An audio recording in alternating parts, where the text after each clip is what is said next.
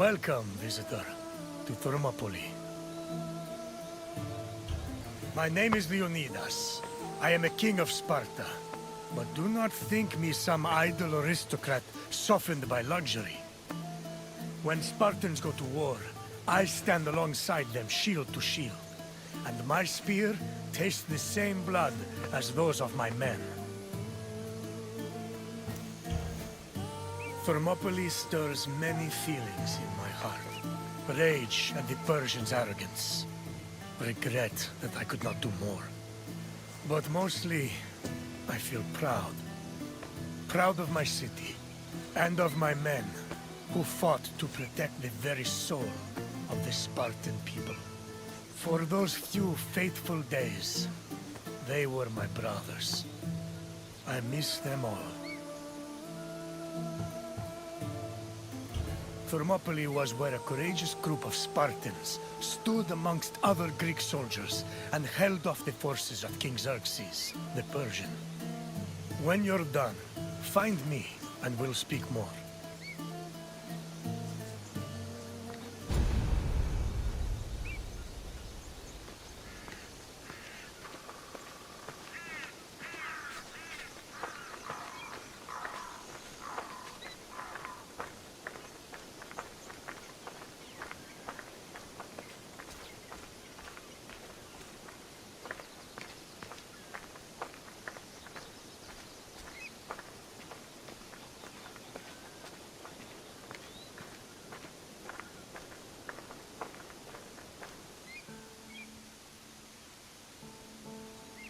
The Persian king Darius's cries of rage echoed for years after his humiliating defeat at Marathon.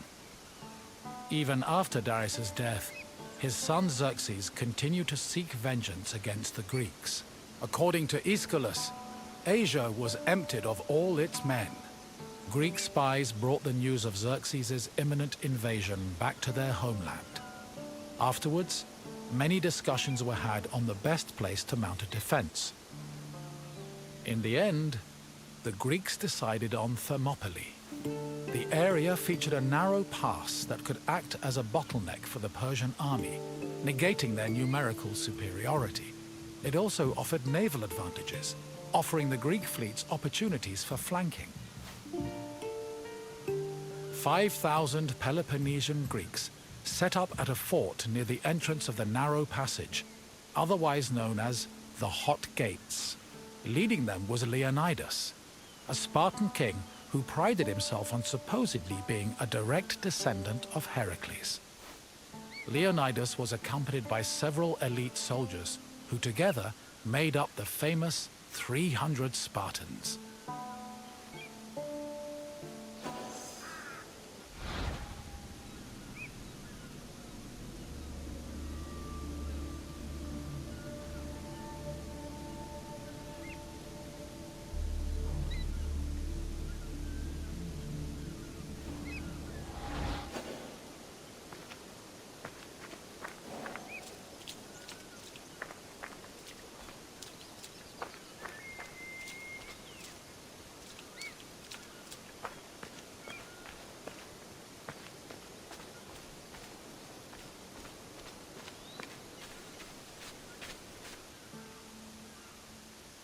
The Persian army arrived in the summer of 480 BCE, preceded by a flood of rumors regarding their strength and numbers. It was claimed they consumed 6,000 tons of wheat every day, and that they dried every river and brook they passed to quench their near-insatiable thirst. During their march to Thermopylae, the Persians faced no opposition, and in fact, increased their numbers further by recruiting more soldiers from other Greek cities and places like Thrace. According to Herodotus, the last count of the Persian fleet was numbered at 1,207 boats, mounted by approximately 240,000 men. He estimates the land army, meanwhile, was made up of more than 1 million men. The Greek forces at Thermopylae were heavily outnumbered.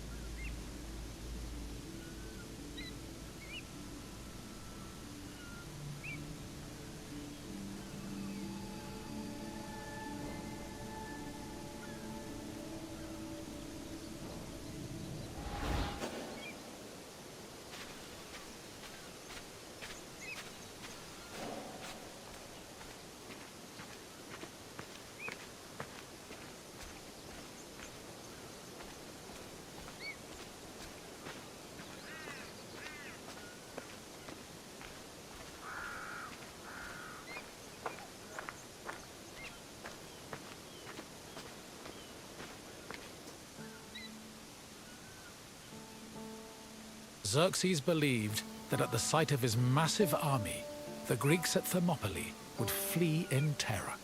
Instead, they deliberated. The majority of the Peloponnesians wanted to engage the Persians on the Isthmus of Corinth. Leonidas, meanwhile, believed it was wiser to stay put in Thermopylae.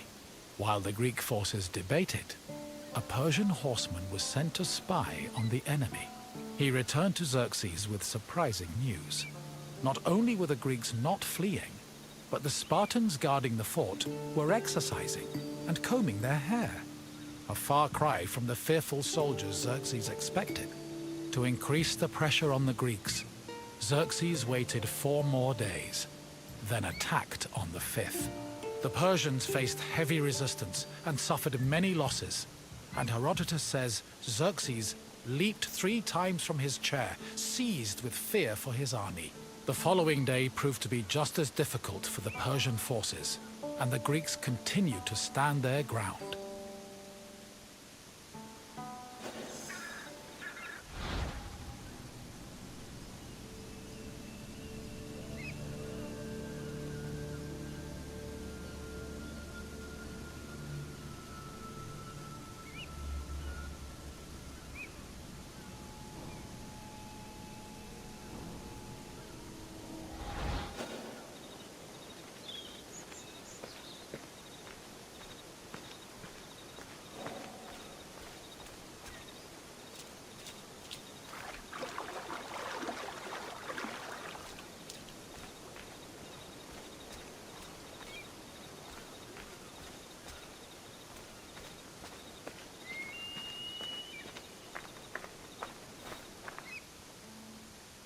The Persians seemed poised to be held at Thermopylae indefinitely, until an inhabitant from the region came forward with information. He told the Persians of another route, which could take them around Thermopylae. A Persian contingent was sent to verify the information. While there were Greek soldiers stationed to guard the route, they were forced to flee from the Persians. Thus, on the 3rd day of the battle, the Greeks were surrounded by their enemy.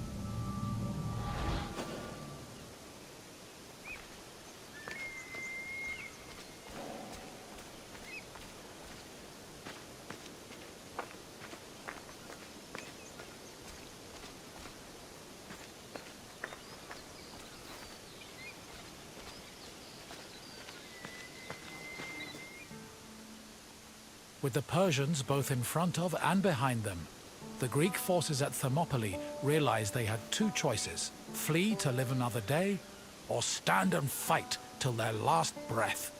Most of the Greeks chose the former option, but some stayed, including Leonidas and his 300 Spartans. For the Spartans, dying a glorious death was one of the highest honors they could achieve.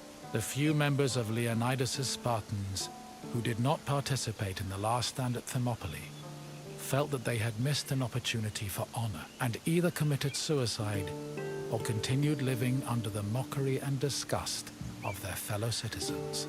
The Spartans' last stand was not only for glory, though. Had they not held off the Persians, the Greeks' retreating forces would probably have been cut down by enemy horsemen.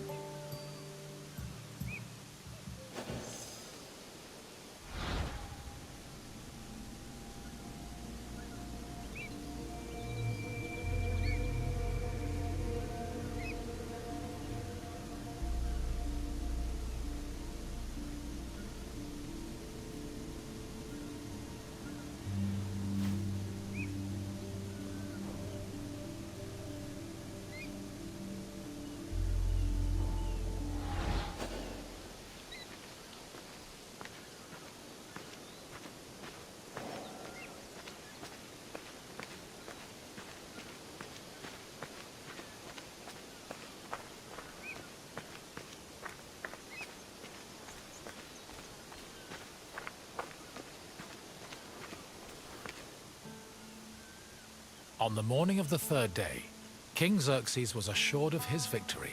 However, that victory did not come easy. King Leonidas himself fell in battle, and a furious fight broke out around his body. The Spartans fought to the last man, and when they had all been slain, Leonidas's body was brought before Xerxes.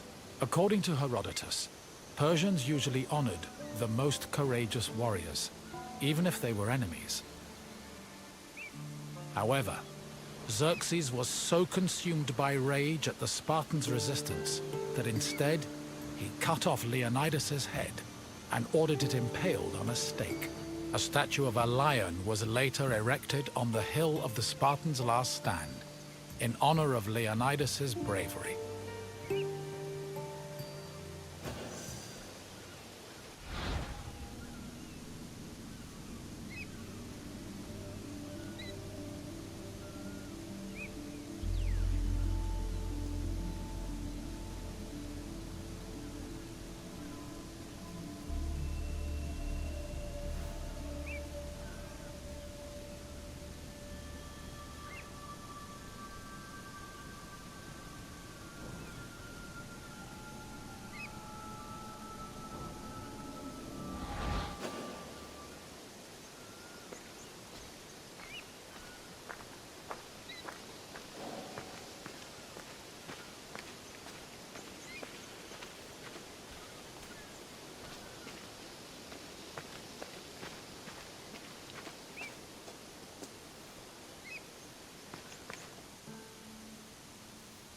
Though they were victorious, the Battle of Thermopylae shook the morale of the Persian army. They had lost thousands of men, while Greek casualties only numbered in the hundreds, and due to the sacrifice of the Spartans, the rest of the Greek army had been able to successfully retreat and regroup. As a result, even as Xerxes set up camp at the foot of Athens' Acropolis, ready to get revenge for his father's humiliating defeat at Marathon, the Persians were more anxious than confident. They were more aware than ever that the Greeks did not fear them, and were ready to die defending their land.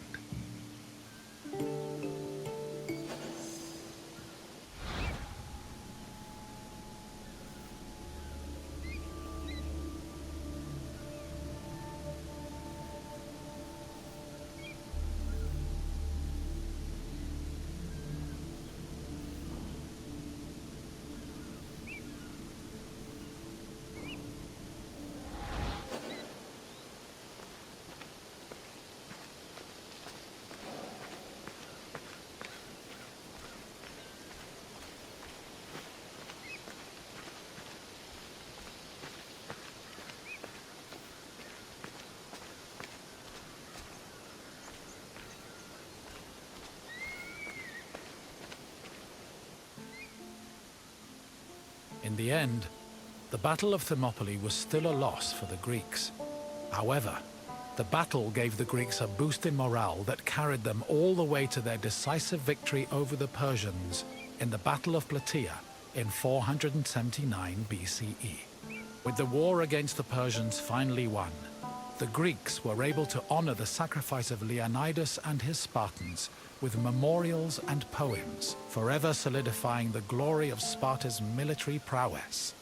The newfound respect for Sparta was noteworthy, because before the war, the city was seen as no more than a bully who forced itself into the affairs of others. Thermopylae changed opinions of Sparta for the better, and gave them a legitimate claim to be one of Greece's most powerful and influential cities.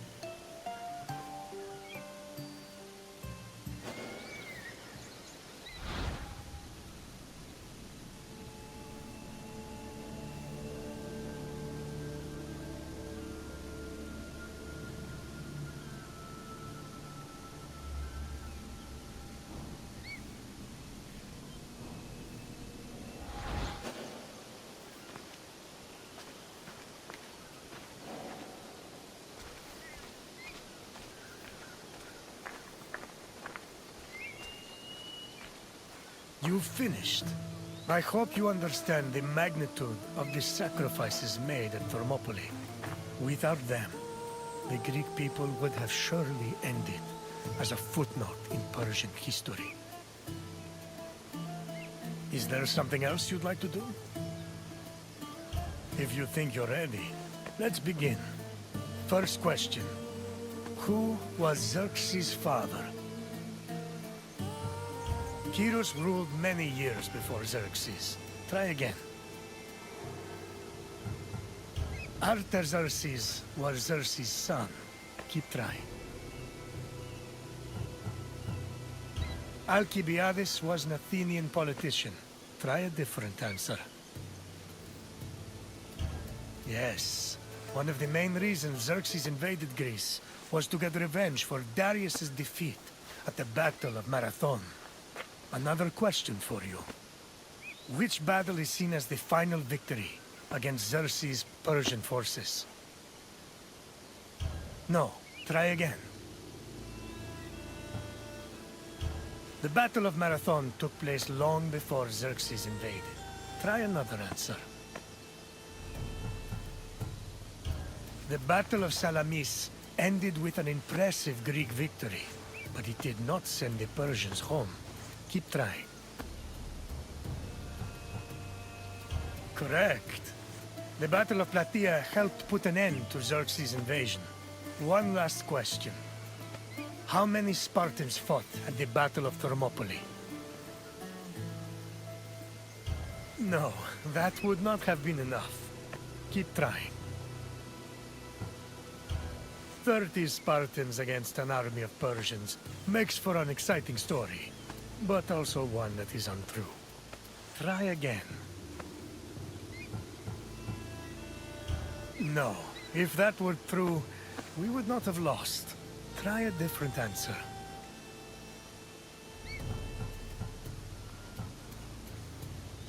Yes, 300 of us stood against Xerxes' forces. You've done well, visitor. I have no more questions for you.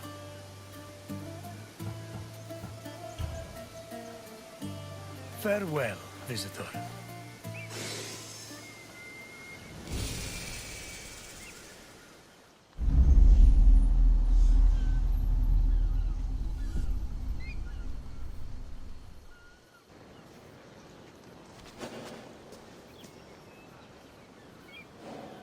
Greetings, visitor.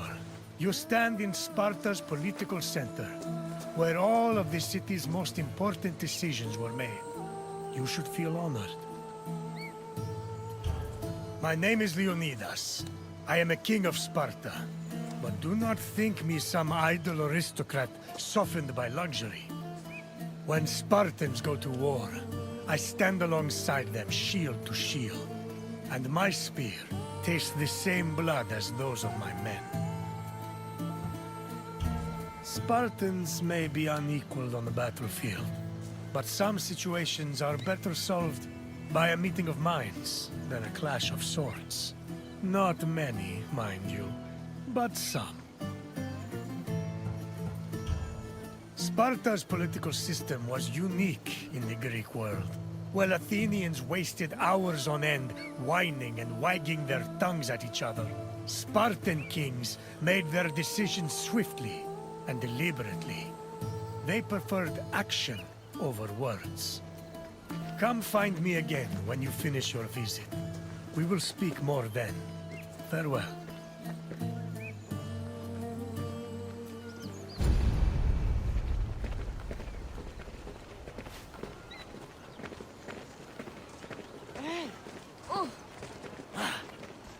Sparta's political system differed from most of Greece's. One of its most distinctive features was that it was ruled by two kings. These kings belonged to two separate dynasties, the Eurypontids and the Aegeads, both of which were said to be descended from Heracles. Both kings shared equal powers, and disputes between them required the intervention of special magistrates known as ephors. However, if one of the kings were more charismatic or experienced, they could influence the weaker king's choices.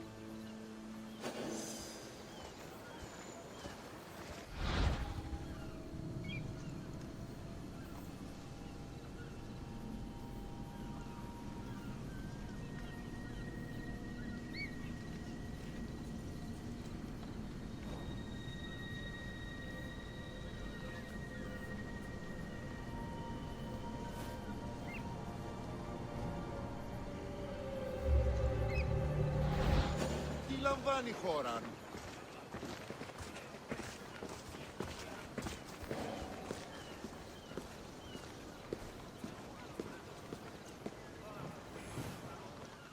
Spartan kings had several responsibilities and functions. As lifetime magistrates, they were technically Sparta's priests and strategists, and their duties encompassed everything from politics to justice. Originally, both kings would lead military campaigns in times of war. However, from 507 BCE onwards, only one of the two kings could be head of the army. On the battlefield, kings were accompanied by 300 elite soldiers for protection. But being a king wasn't only about working and fighting, they enjoyed special privileges as well. Spartan kings lived at the expense of the city, owned royal estates in the surrounding Perioikic cities, and received the majority of the spoils of war. When they passed away, they were buried with special honors, and the population mourned them for a period of 10 days.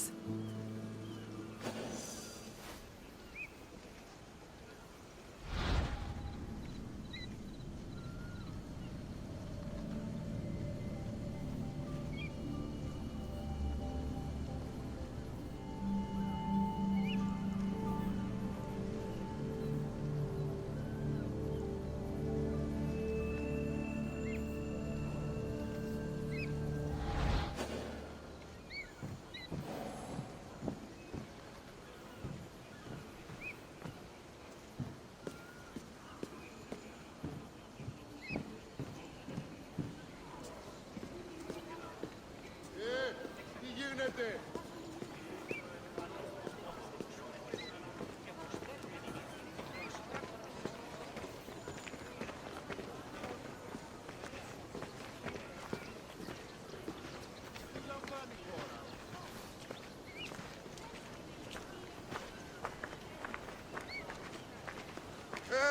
Τι γίνεται?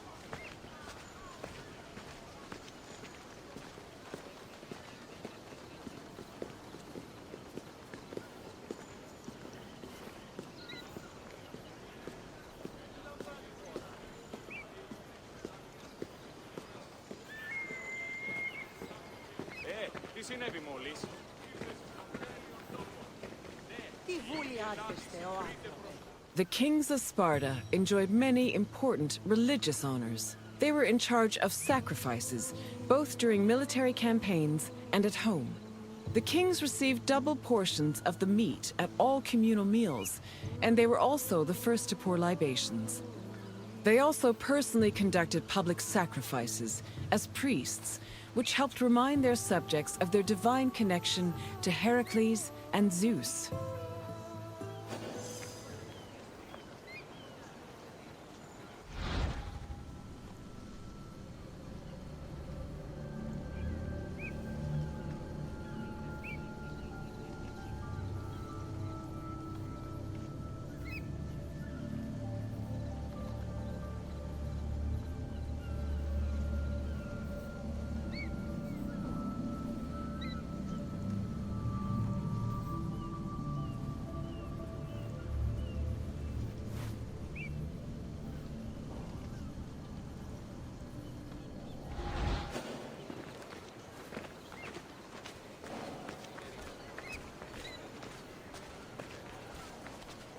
Αδύνατον εσύ.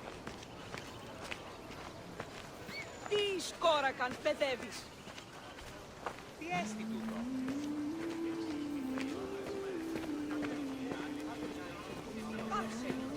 Αλόκοτον. The ephors, or overseers, were 5 magistrates elected by the Spartan assembly. They were chosen from amongst Spartan citizens over 30 and served for 1 year with no possibility of re-election.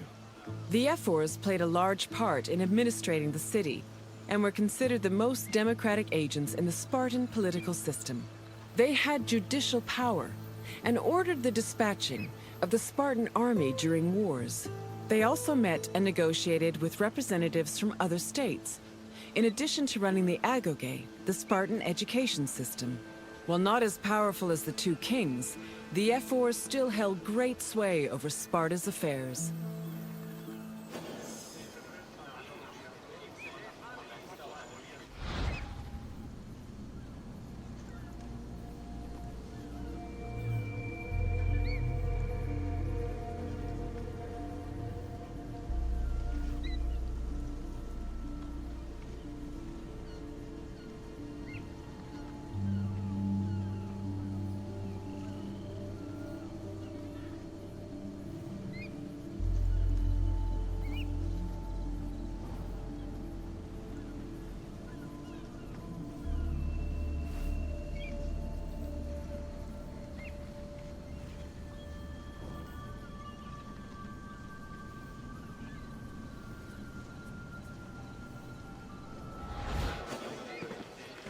Αδύνατον εστί.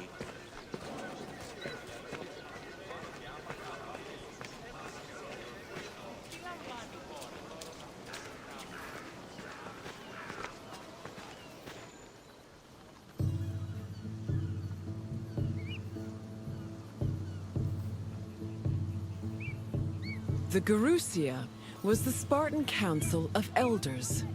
It was made up of the 2 current kings, as well as 28 elders called Gerontes. They were Spartan citizens over the age of 60, the cutoff age for military duty. They were elected for life by the Spartan Assembly. The Gerousia, similar to Athens' Boulé, handled legislative and financial matters.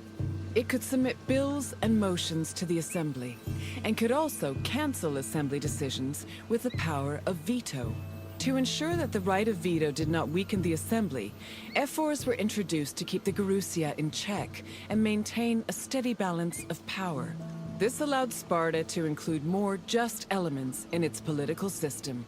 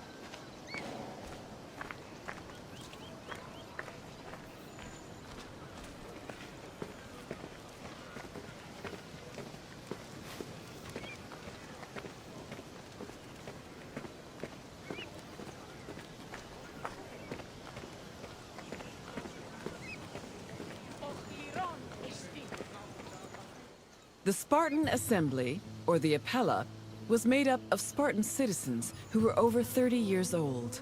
Its exact meeting place remains unknown, but it was presided over by a special member of the ephors called the eponymous ephor.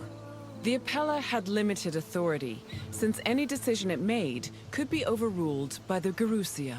But thanks to the efforts of the ephors, it still played an important role in Spartan society. The Apella dealt with topics like foreign affairs, war declarations, peace negotiations, and more. They also elected ephors and Gerousia members, and could both grant political rights to foreigners and remove them from Spartan citizens.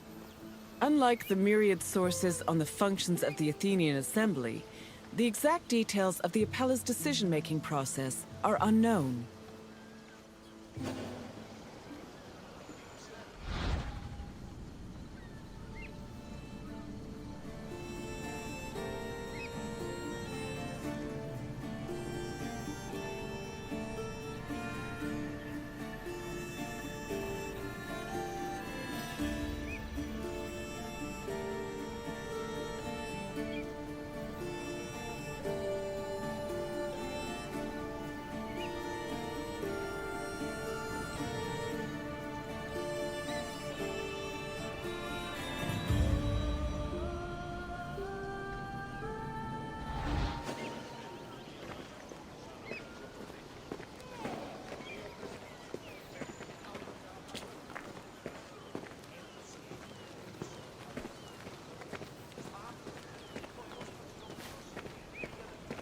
I see you finished. I hope you feel more knowledgeable about the inner workings of Spartan politics.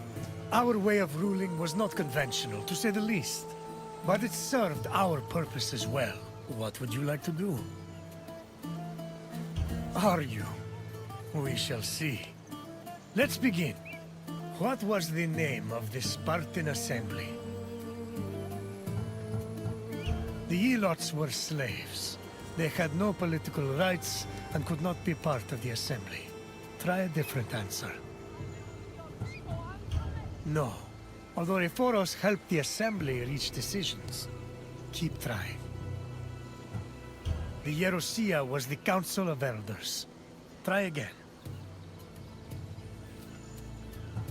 What was the name of the Spartan Assembly? Correct. The Spartan Assembly was known as the Apella. Question 2. How many members did the Yerosia have? No. Try again. There were 28 Yeronters on the Council of Elders, but they weren't the only members of the Yerosia. Keep trying. No. Although we Spartans did love that number. Try a different answer. Yes, the Yerosia consisted of 28 Yerondas and the 2 kings of Sparta. Last question. What was the name of the Spartan education program? The Agora was the central meeting place of many Greek cities. Keep trying. The Apella was the Spartan Assembly. We have been over this. Try a different answer. The Vuli was a Greek council of citizens. Try again. Correct. Our rigorous education program was called the Argogi, and it was overseen by the Air Force. You've done well, Visitor. Very well. Farewell, Visitor. May your travels be safe and carefree.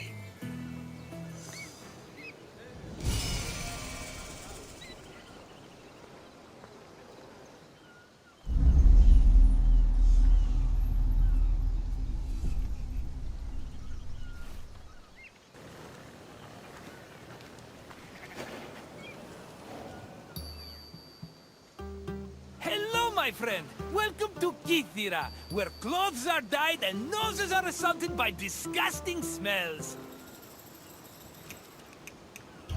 Why, I'm Marcos, of course, one of the most successful merchants in all of Greece. You really haven't heard of me?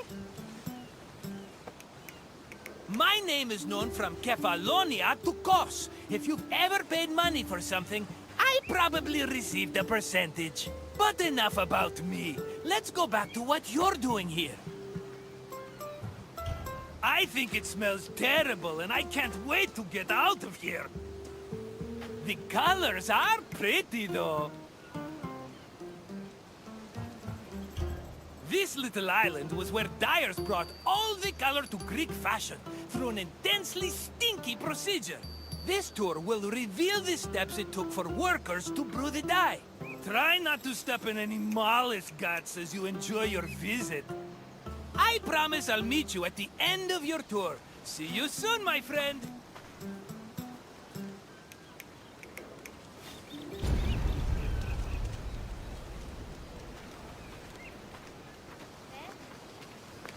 In Greece, fabric and clothing were colored using natural dyes from shellfish, insects, and plants. Skilled craftsmen across the Greek world extracted dyes from these sources and combined them with other substances to create a variety of colors.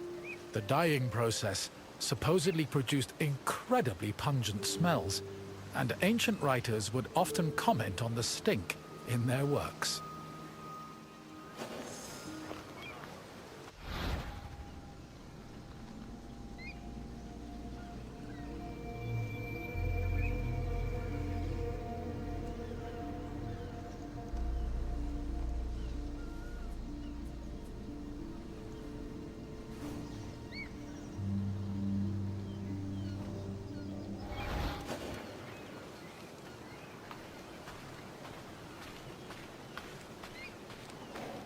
Murex is the generic name for 3 species of mollusks that reside in the Mediterranean. The substance they secrete was used by craftsmen to create the most expensive dyes in the ancient world, the most famous of which was Tyrian purple. Fishing techniques varied depending on the type of mollusk. In shallow waters, fishermen could simply dive and catch the mollusks, but they set traps if the water was too deep. Being carnivorous, Murex were often lured using dead animal flesh as bait. It was imperative that the mollusks be captured alive, as they only secreted the precious purple liquid needed for dyes upon death.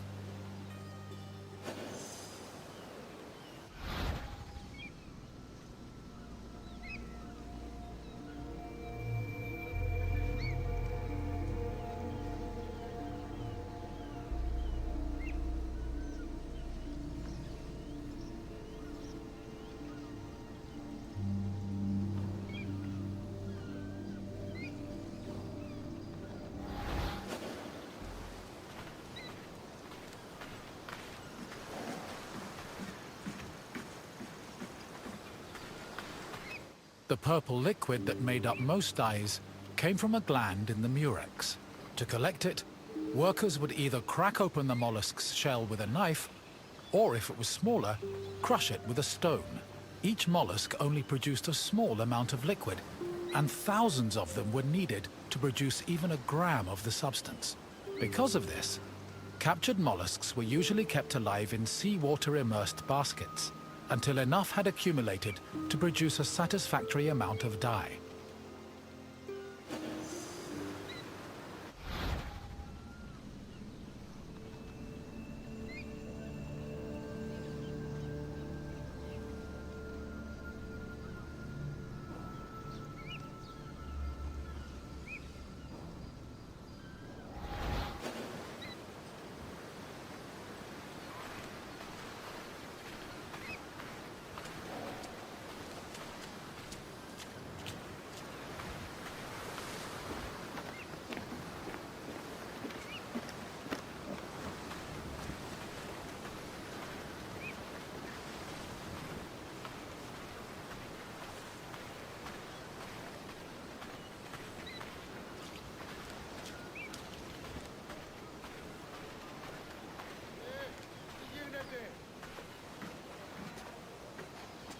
The mollusk glands were mixed with salt and left to decompose for 3 days. Afterwards, the resulting mash was placed in a vat, where it boiled until it was thickened and reduced to 1/16 of its original volume. The dyers stirred this mixture and removed any impurities. This process produced the foul odor so reviled by ancient writers.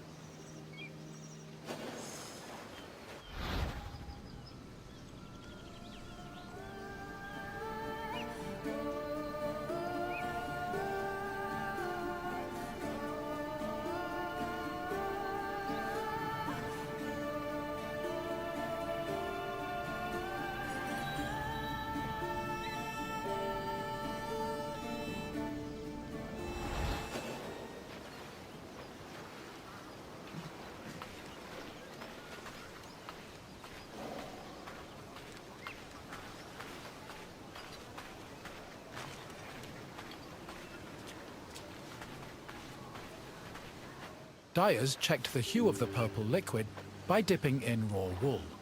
The hue could be changed by adjusting the temperature of the liquid and by soaking the wool for different periods of time, with longer soaking producing deeper shades. The wool was dyed once before spinning and again before weaving, to ensure it maintained its color. While murex purple dyed wool easily, it did not adhere as well to other fabrics, such as linen.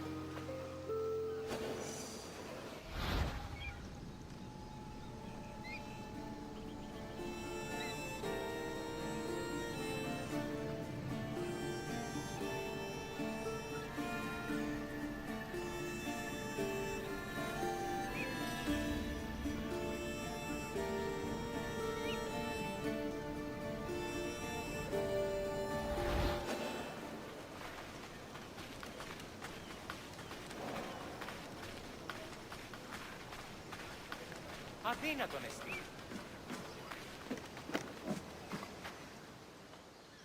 Most Greek garments were made from rectangular fabric that was rarely cut or sewn. They were normally folded around the body, with girdles, pins, and buttons.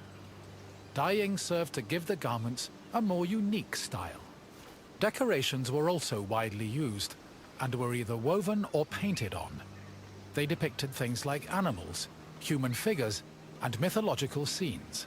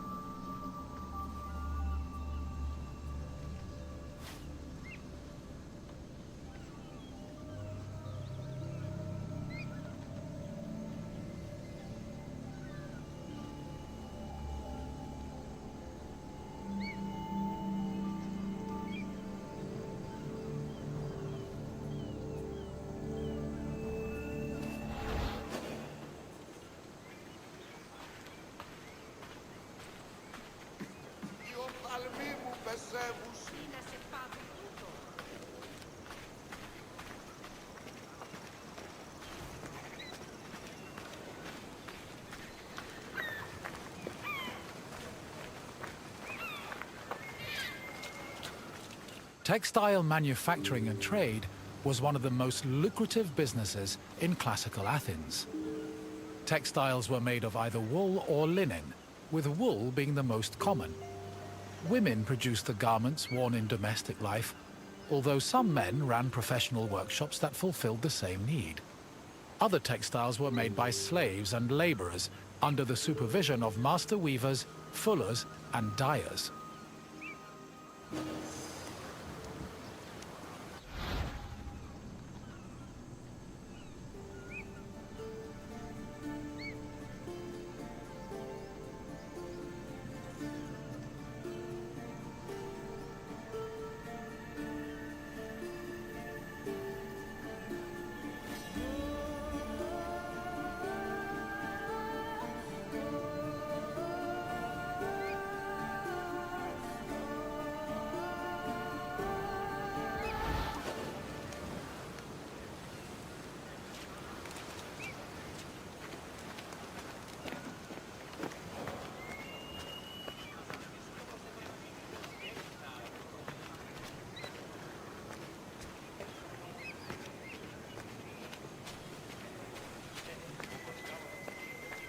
Clothes didn't just keep people warm. They were used as a way to communicate social identities, like gender, status, and ethnicity. These could be expressed through garments and accessories, but also jewelry, hairstyles, perfumes, and cosmetics. Wealthy Greeks usually had garments of the highest quality, and all their accessories were decorated with gold, silver, or gemstones. Parasols and fans were also an important part of elite fashion, and were usually carried by accompanying slaves.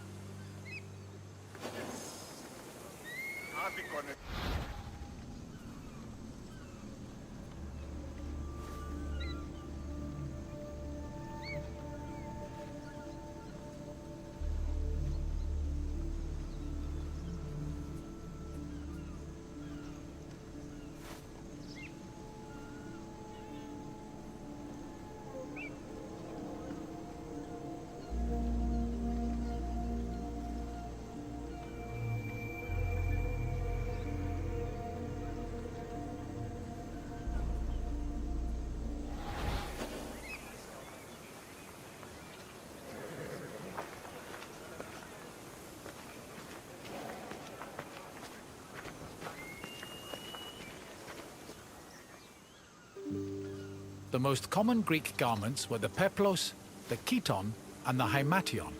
The peplos, typically worn by women, was a body-length cloth.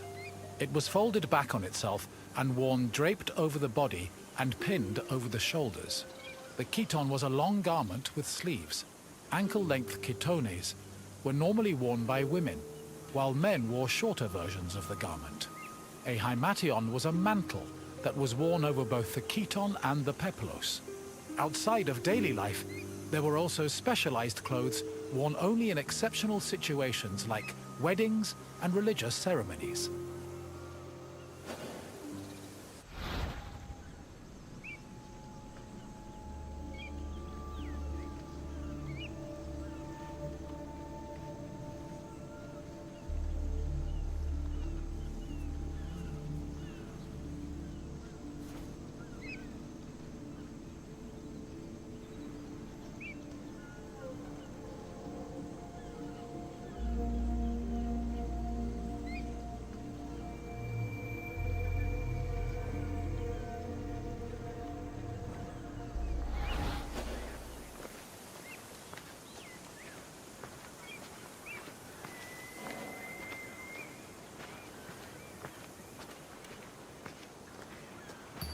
to see you again, my friend. I bet your clothes feel heavier now that you know how many mollusks were killed to dye them. But let's change the subject, yes? What else can I do for you? Then let's get right into it, starting with this question. Which purple dye was the most famous? I'm not familiar with that specific shade. Sounds like something the Spartans would like. Try another answer. No, although I think I'll use that name if I ever market my own dye. Marcos's marvelous mauve has a nice ring to it. I don't think so. Try again. Yes, the purple created from murex secretions was one of the most expensive and well-known dyes in the world. Here's another question. How did workers check the dye's hue? No, looking at the dye was not enough. Try again. It would not have been a good idea to stick a finger into a stinking boiling mixture of mollusk secretions. Keep trying. No, unless they wanted burned purple toes. Try another answer. Correct. Workers dip wool into the mixture to gauge the exact hue of the dye. Almost done, my friend. Just one final question. Which body-length garment was typically worn by women? Pelops was the legendary founder of the Olympic Games. Keep trying. Ahimation was a mantle worn over other types of clothing. Try again. The chlamys was a garment usually worn by men during hunting expeditions or military excursions. Try another answer. Correct. A peplos was a body-length cloth that a woman draped over her body and pinned around her shoulders. I had no idea you were so knowledgeable about fashion. But look at you. I should have known from what you're wearing. You've got it, my friend. Farewell for now.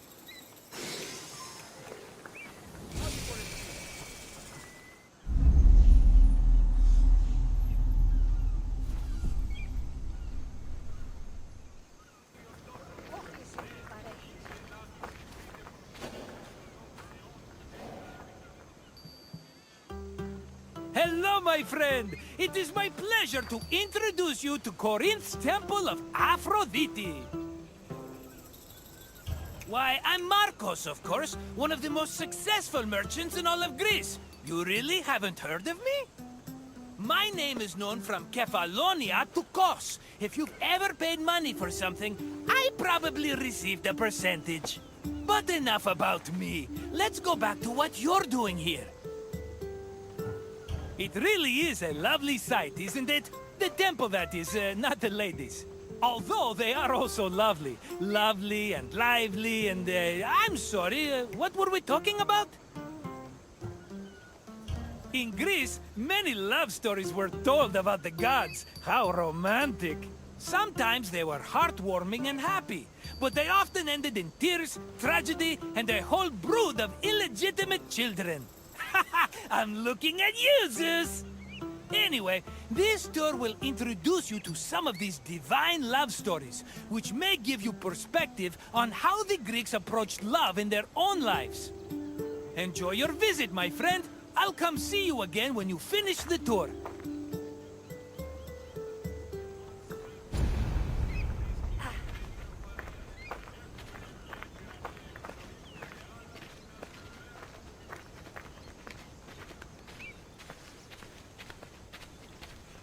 Much like Athens, Corinth had its own acropolis, called the Acrocorinth. The natural promontory provided an excellent view of the surrounding territory.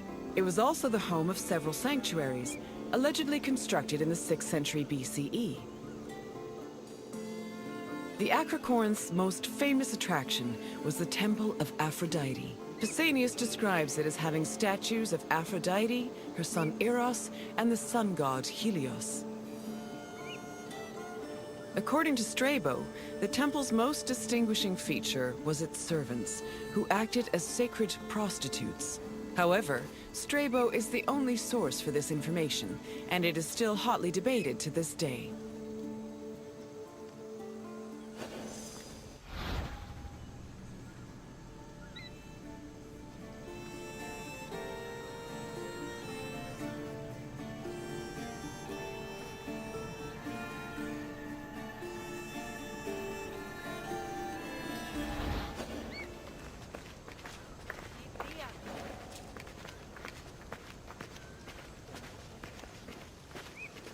Love played a large role in countless mythological stories. Zeus himself was not immune to the feeling, and fell for both mortals and other deities. Some myths centered on forbidden feelings that led to tragedy, such as Phaedra's love for her stepson Hippolytus. While marriage was prominent in mythology, it was usually presented as problematic. For example, Aphrodite frequently cheated on her husband Hephaestus, and Medea's resentment against her ex-husband Jason eventually drove her mad enough to murder her children. These less-than-ideal depictions reflected the Greeks' idea of marriage, which they viewed as a civic duty instead of a romantic union.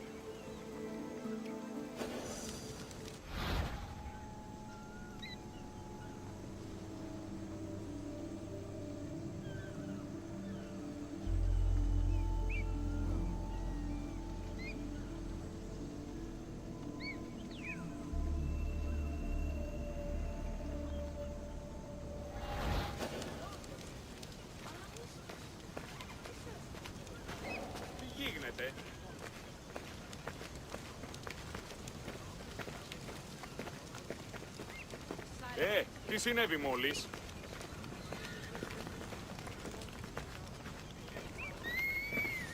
Τι τούτο είναι?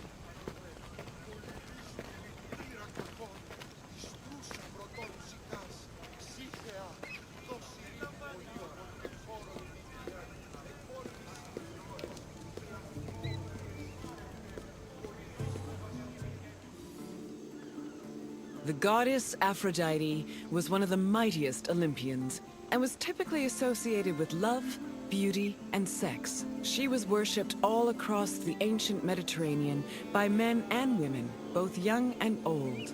Her origins differ depending on the version of the story.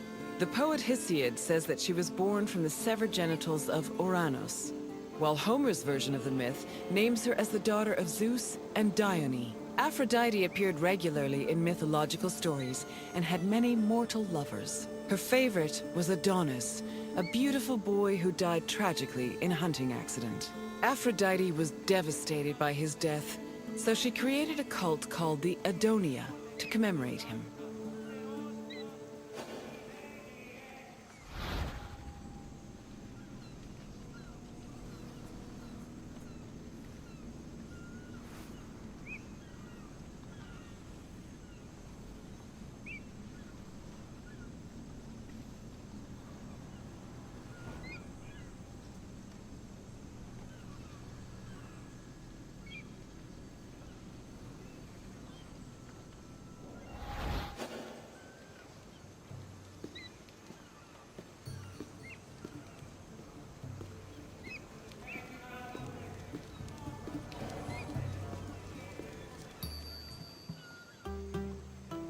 My friend, good to see you again. I bet you were surprised by some of the stories you heard. For a bunch of immortal beings, the gods certainly were saucy, eh? Tell me if there's anything else I can do for you. Is that so, my friend? Then let's get started. Which poet said that Aphrodite was the daughter of Zeus and Dione? I'm afraid Phidias was a sculptor. Try again. I am exceedingly flattered that you think I'm a poet. Unfortunately, I am a mere brilliant but misunderstood businessman. Keep trying, though. Hesiodos's version of this story said Aphrodite was the product of Uranus's, chopped olives, so to speak. So, no. Yes, it was Homer who said Aphrodite was a child of Zeus. On to the next question. Medea was married to which legendary hero?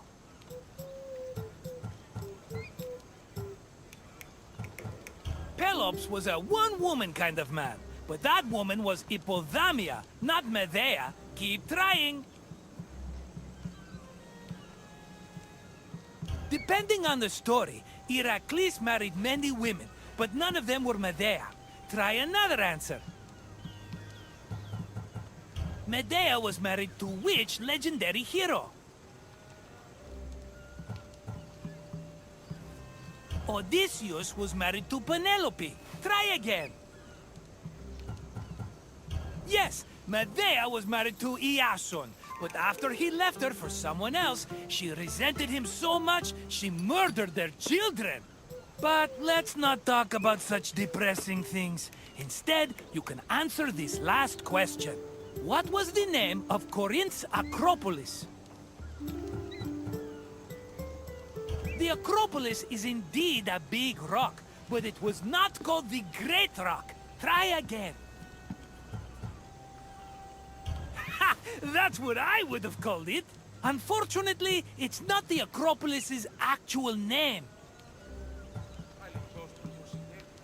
No. Although now that I hear it, I must admit that Acropolinth really rolls off the tongue. Correct. The Acrocorinth has been home to many sanctuaries, as well as the famous Temple of Aphrodite. You passed the test! Congratulations, my intelligent friend! Normally, I don't let people go until they buy a souvenir, but for you, my friend, I'll make an exception.